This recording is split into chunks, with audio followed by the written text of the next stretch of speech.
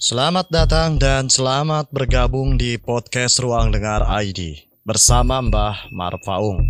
Bagaimana kabarnya sobat hari ini? Semoga kabar baik selalu dan semoga hari ini menjadi hari yang menyenangkan untuk para sobat semua. Di meja Simbah saat ini sudah ada satu cerita horor yang panjang. Oleh karena itu mungkin cerita ini akan dibagi dalam beberapa bagian.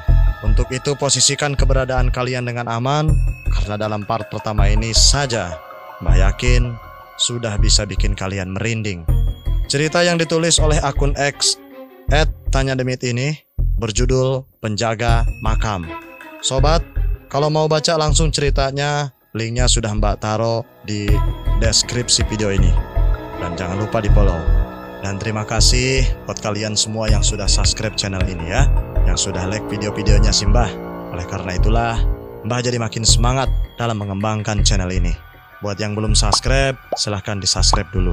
Terus di like semua video-videonya Simbah. Biar cepat merinding, kita langsung saja ke ceritanya.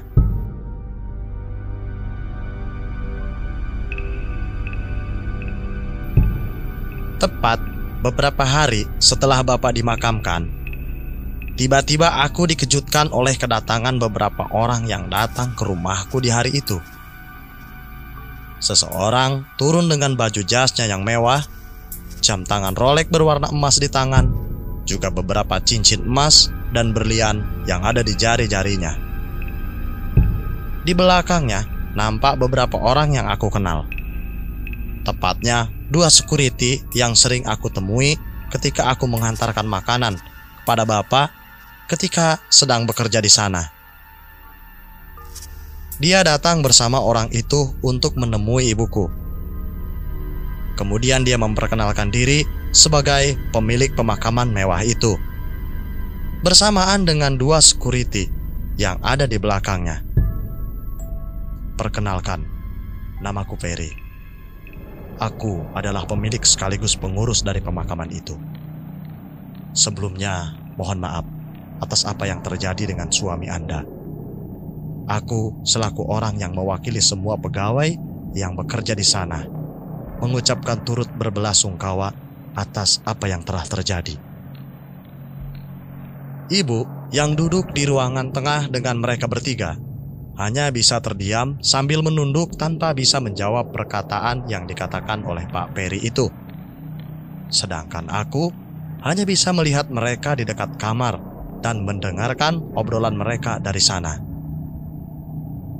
Sungguh disayangkan, Bapak Acep adalah salah satu pegawai yang paling rajin.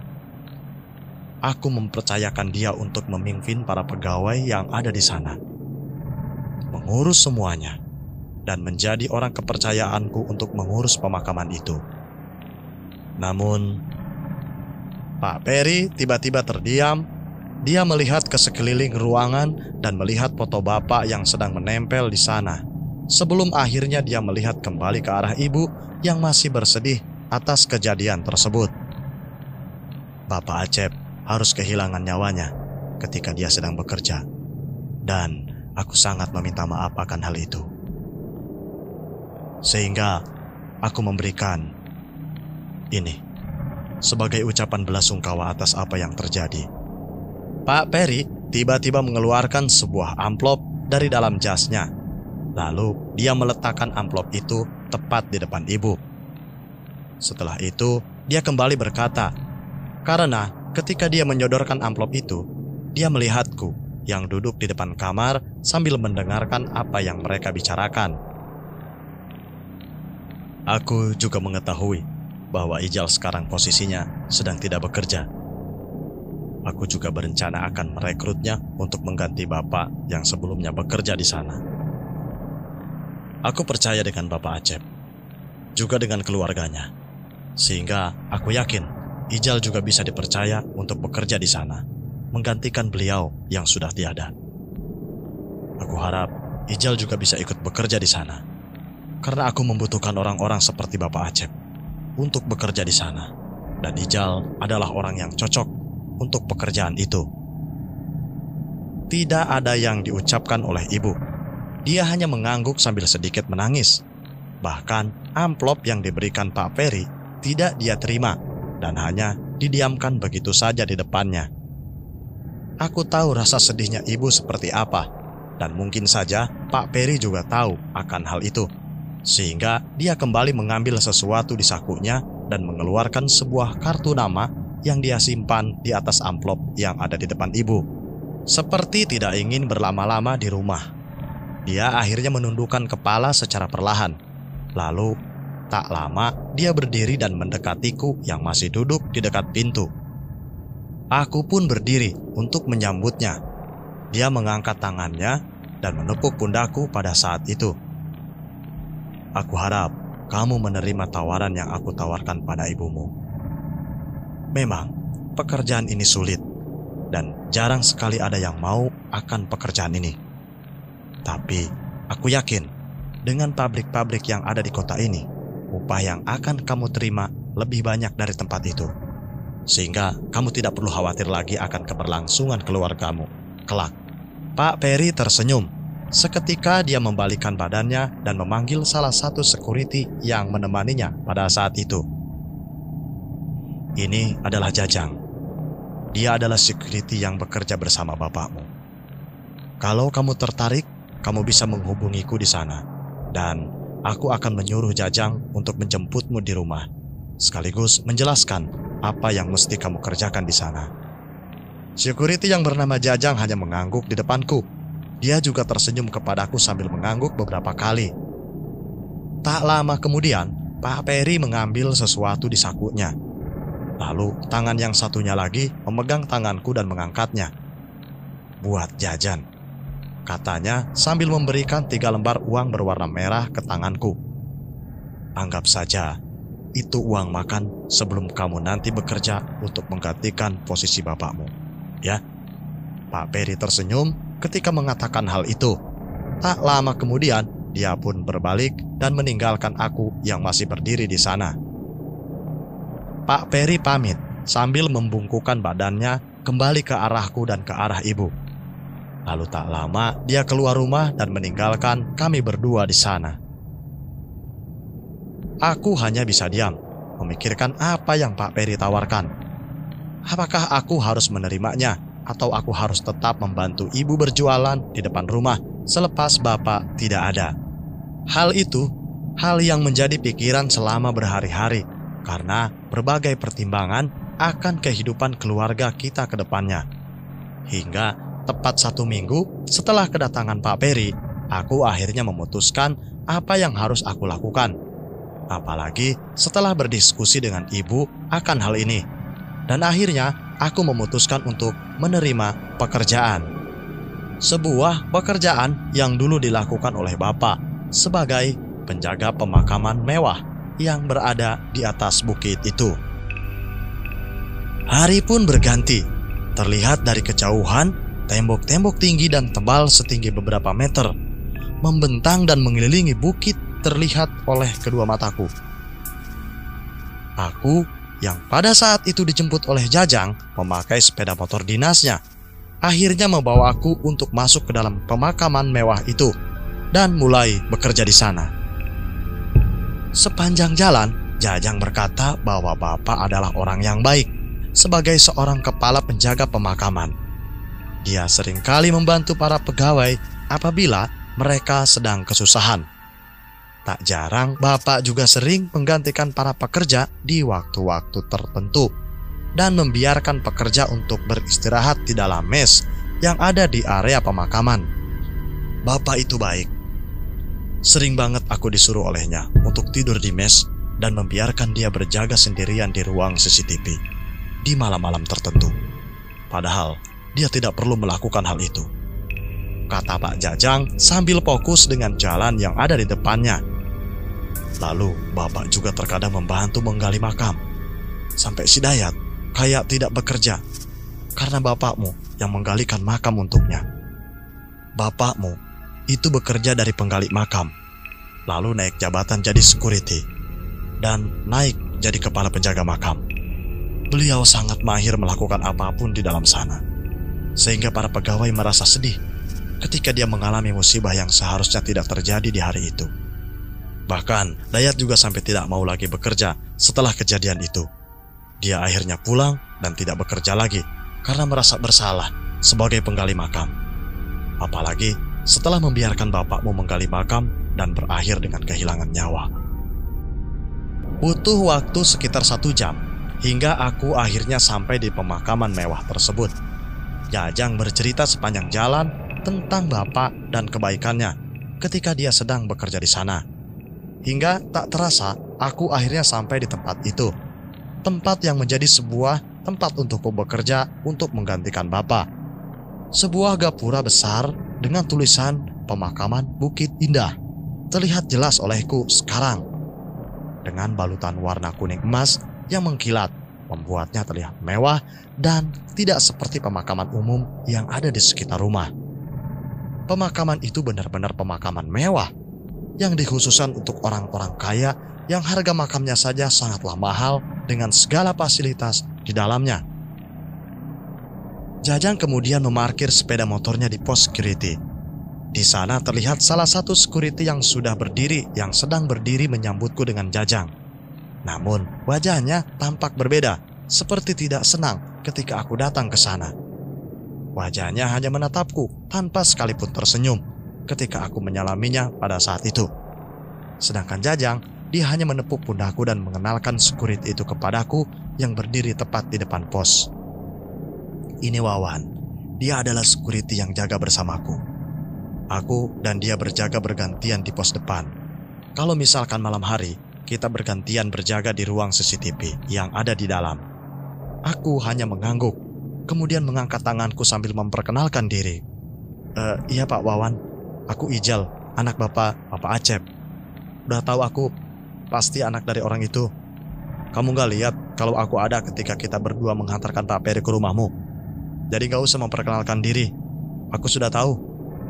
Wawan tiba-tiba berkata hal itu kepadaku dengan nada yang meninggi. Entah kenapa dia berkata seperti itu. Matanya melotot tajam melihatku dari ujung kepala hingga ujung kaki. Seperti memperhatikanku dengan sesuatu kebencian yang dia pendam pada dirinya. Aku hanya bisa diam mendengar dirinya yang tiba-tiba marah atas apa yang aku katakan. Entah ada masalah apa padanya ketika sedang melihatku. Namun aku bisa dengan jelas melihat bagaimana raut wajahnya yang menatapku tajam dengan sebuah pentungan kecil yang kemudian dia angkat dan kibaskan secara perlahan di depannya. Jajang yang melihatku diperlakukan seperti itu tiba-tiba mendekat dan menepuk Wawan secara perlahan sambil berkata, "Sudah, itu urusanmu dengan Pak Acep. Tidak ada hubungannya dengan anaknya. Dia tidak tahu apapun, jadi jangan seperti itu sifatmu."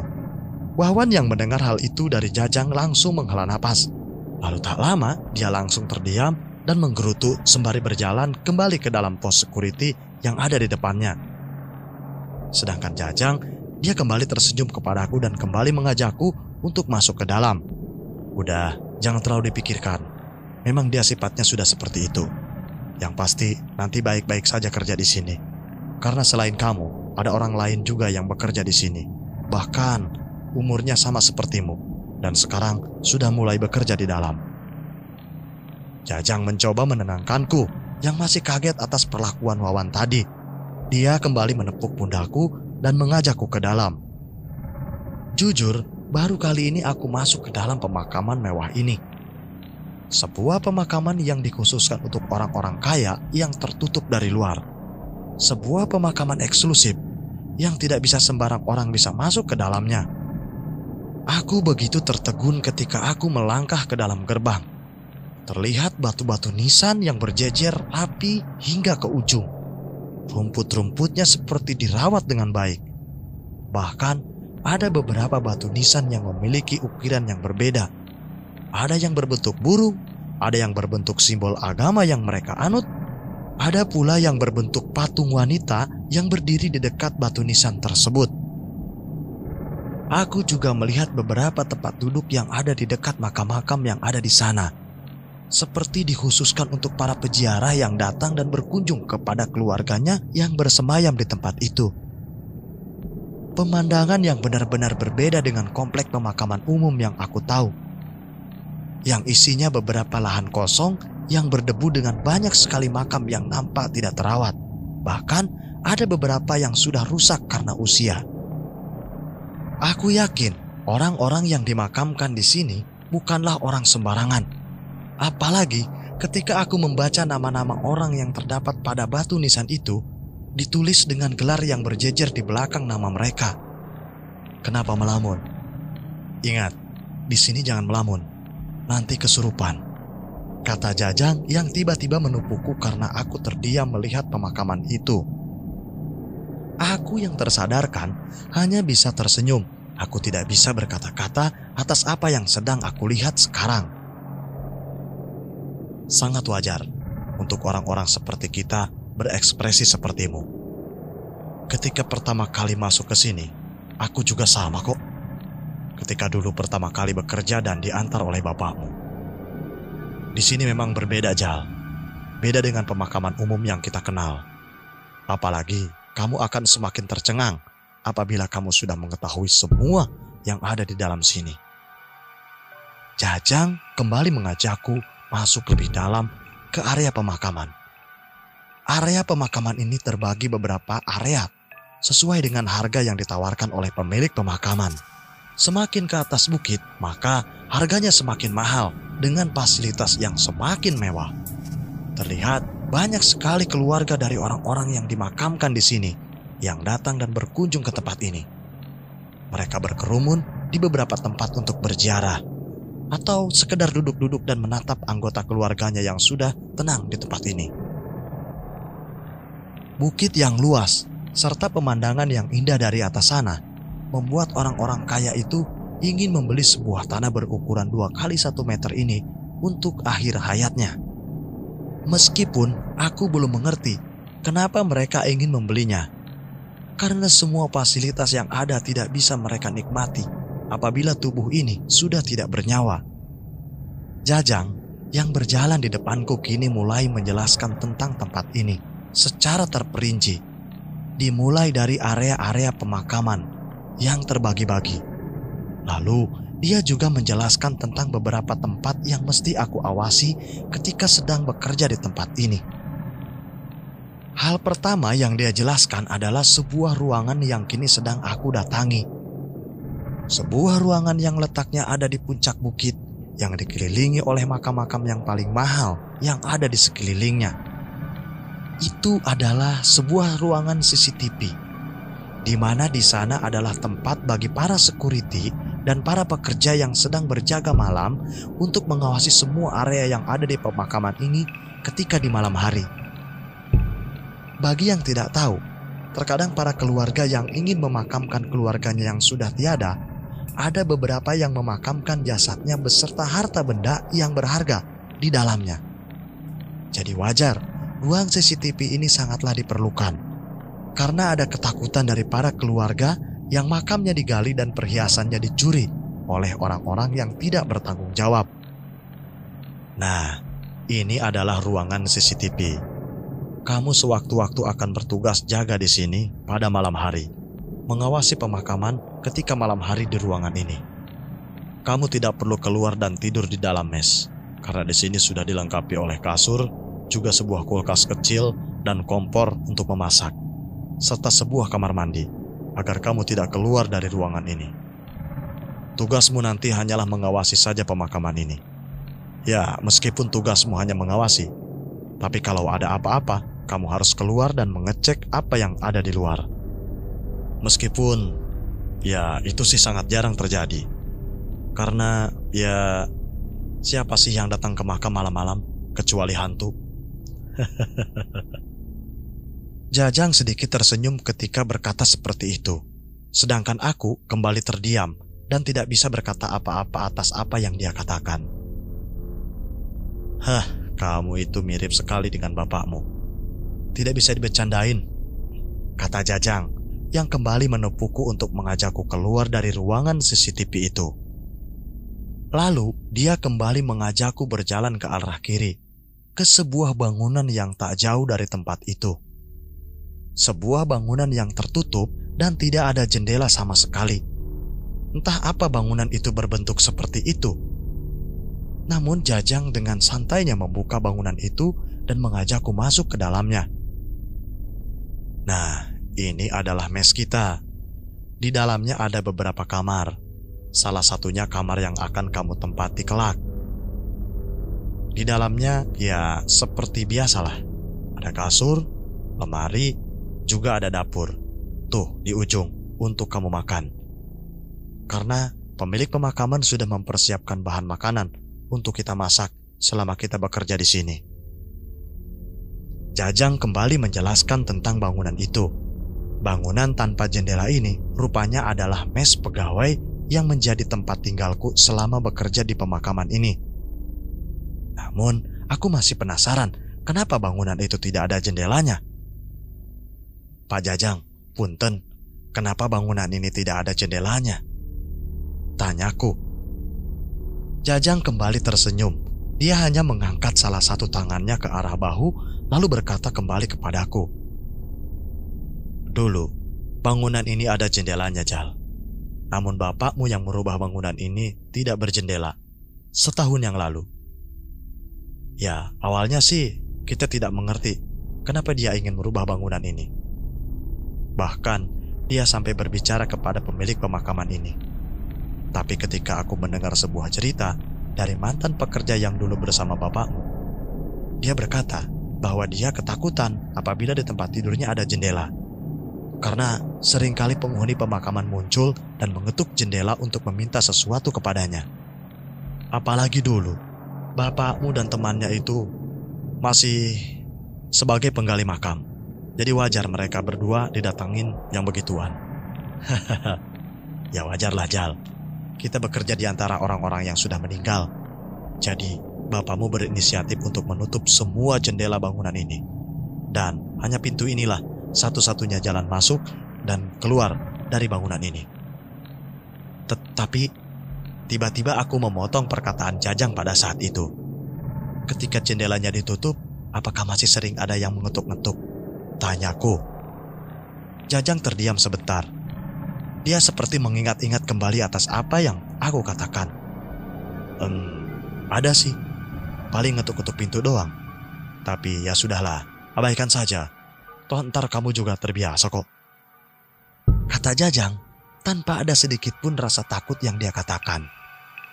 Kalau kamu sudah mengerti, aku akan menjelaskan lagi tempat-tempat ini, ya. Jadi, ayo keluar dulu. Yang pasti kamu akan menempati kamar yang ada di ujung itu. Kamar bekas bapakmu yang kini kosong. Jajang kembali mengajakku keluar dari mes tersebut. Dan dia mengajakku kembali ke ruangan CCTV yang letaknya tak jauh dari mes yang menjadi tempat tinggalku nanti. Namun sebelum ke ruangan CCTV, dia menunjukkan 3 bangunan yang berada agak jauh. Tepatnya ada di ujung sebelah kanan yang berbatasan langsung dengan tanah kosong yang belum dijadikan pemakaman. Sehingga nampak sedikit tidak terawat dengan baik. Nah, di ujung sana itu adalah bangunan untuk mengkremasi mayat. Dan di sebelahnya itu adalah tempat pemandian mayat dan tempat para mayat disimpan sebelum nantinya dimakamkan. Ingat, kamu bekerja di sini pasti berhubungan dengan mayat. Jadi, kamu harus tahu dan nanti kamu juga belajar pula bagaimana cara memandikan mayat. Juga bagaimana cara mengkremasi mayat apabila keluarganya menginginkan. Karena di dalam ruangan kremasi itu ada pula ruangan untuk menyimpan abu-abu mayat yang sudah dibakar. Dan itu disewakan kepada para keluarga. Meskipun bentuknya hanya seperti lemari kaca dengan nama-nama orang yang dikremasi di sana. Nah, bangunan yang paling kiri itu adalah gudang. Juga generator untuk menghidupi semua kelistrikan yang ada di sini apabila di sini mati lampu. Semua perlengkapannya ada di sana. Nanti kamu masuk saja ke dalam sana dan ambil semua perlengkapan yang kamu perlukan. Karena nggak mungkin kan kamu harus ke sana malam-malam, mana bersebelahan dengan ruang mayat sama ruang kremasi, ya kan? Jajang kembali bercanda atas apa yang dia ucapkan. Kata mayat, hantu, juga hal yang berkaitan dengan gaib, sepertinya sudah terbiasa dihadapi oleh dirinya. Sehingga dia bisa setenang itu ketika membicarakan hal tersebut. Kita tidak perlu ke sana untuk mencari tahu bagaimana di dalamnya, ya. Soalnya jauh, kata Jajang sambil mengajakku kembali masuk ke dalam ruangan CCTV. Aku yang ada di belakangnya hanya mengangguk dan mengikuti dirinya kembali masuk ke dalam ruangan CCTV itu. "Nah, kenapa kita tidak perlu ke sana?" tanya Jajang yang kini terlihat duduk di kursi dengan layar CCTV yang ada di depannya. "Karena kita bisa melihat dari sini. Tuh, lihat kan? Kelihatan tuh ruangan kremasi di dalamnya." Jajang tiba-tiba mengklik tombol yang ada di dekat layar CCTV itu. Seketika, layar yang ada di depannya berubah pemandangan pemakaman ini secara keseluruhan. Bahkan bangunan yang tadi dia jelaskan kini terlihat jelas olehku pada saat itu. Terlihat ruang kremasi mayat yang nampak kosong di sana. Yang ada hanyalah sebuah pintu kecil yang dipakai untuk memasukkan mayat dan membakarnya di sana. Ruang kremasi itu tampaknya sedikit berantakan. Tidak seperti pemakaman ini yang nampak rapi untuk dilihat oleh para keluarga. Mungkin karena tidak ada keluarga yang ikut menyaksikan bagaimana proses kremasi itu dari dekat, sehingga ruangan ini sedikit nampak tidak terawat. Jajang pun kembali memindahkan tombol CCTV yang ada di depannya. Seketika layar pun kembali berubah. Bahkan kali ini, layar yang aku lihat membuat aku sedikit syok atas apa yang ada di sana. Karena aku melihat dua mayat yang tergeletak begitu saja di sebuah kasur yang berjejer di sebuah ruangan. Sepertinya Jajang memindahkan kamera CCTV-nya ke kamar mayat yang ada di sebelah ruangan kremasi pada saat itu. Seketika aku merinding. Mayat itu terbungkus kain kapan putih yang nampaknya belum dikubur, sehingga hanya tergeletak begitu saja di dalam sana. Seperti ada yang aneh pada mayat itu. Jajang yang tiba-tiba berdiri dan membalikkan tubuhnya, dia langsung berjalan keluar ruangan CCTV dengan tergesa-gesa, sambil sedikit berteriak memanggil seseorang yang ada di luar. "Ri! Ari! Di mana-mana?" Dia nampak tergesa-gesa. Bahkan dia langsung membuka ruangan CCTV dan keluar sambil memanggil temannya. Namun, tak lama dia berbalik ke arahku dan menyuruhku untuk menunggu di ruangan CCTV ini untuk sementara. Kamu tungguin dulu di sini ya. Aku mau memanggil seseorang dulu," kata Jajang dengan nadanya yang cepat. Aku pun hanya mengangguk dan Jajang langsung membalikkan badannya sambil kembali berteriak memanggil temannya itu. Aku kini tinggal sendirian di ruangan CCTV dengan layar CCTV yang memperlihatkan dua mayat yang terbungkus kain kapan putih yang tergeletak di dalam ruangan tersebut. Memang ruangan CCTV dengan kamar mayat yang aku lihat di layar berada agak jauh, tapi tetap saja membuat sedikit aku merinding ketika aku melihatnya terus-menerus ke arah layar. Aku belum terbiasa dengan hal-hal seperti ini. Kalau bukan karena ibu yang menyuruhku untuk menggantikan bapak, mungkin aku akan menolak pekerjaan ini. Tapi aku harus membiasakan diri. Dan sepertinya ini butuh waktu agar aku terbiasa dengan pekerjaanku. Layar CCTV yang terus-menerus memperlihatkan mayat itu sepertinya membuatku risih dan merinding. Aku tidak bisa menatap layar itu lama-lama, apalagi kini aku sendirian di tempat ini. Sehingga aku pun berinisiatif untuk berdiri dan mendekati layar tersebut, mencoba memindahkannya agar aku tidak melihat lagi situasi di dalam kamar mayat itu. Aku pun akhirnya duduk di sana. Awalnya sedikit kebingungan karena banyak sekali tombol yang ada di depanku ini. Entah mengapa, layar yang ada di depanku seperti memaksa aku terus-menerus menatapnya dari dekat. Padahal di sana hanya ada dua mayat yang tergeletak begitu saja dan tidak bernyawa. Ruangan yang redup di sekitarnya membuat apa yang aku lihat semakin menyeramkan.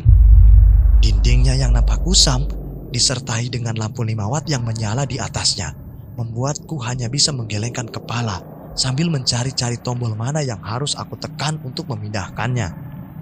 Aku beberapa kali memencet tombol yang ada di depanku, namun layar itu tidak berubah sama sekali.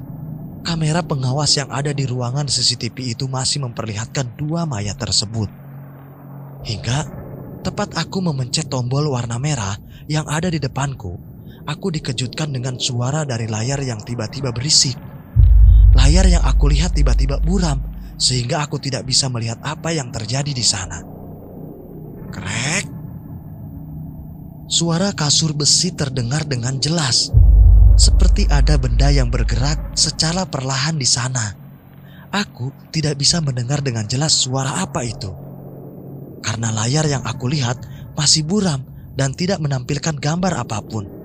Suara itu semakin lama semakin berisik, ditambah dengan suara dengungan yang terdengar dari speaker layar yang ada di depanku.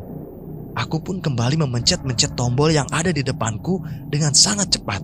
Aku sedikit panik pada saat itu, sehingga tak lama kemudian layar kembali terlihat.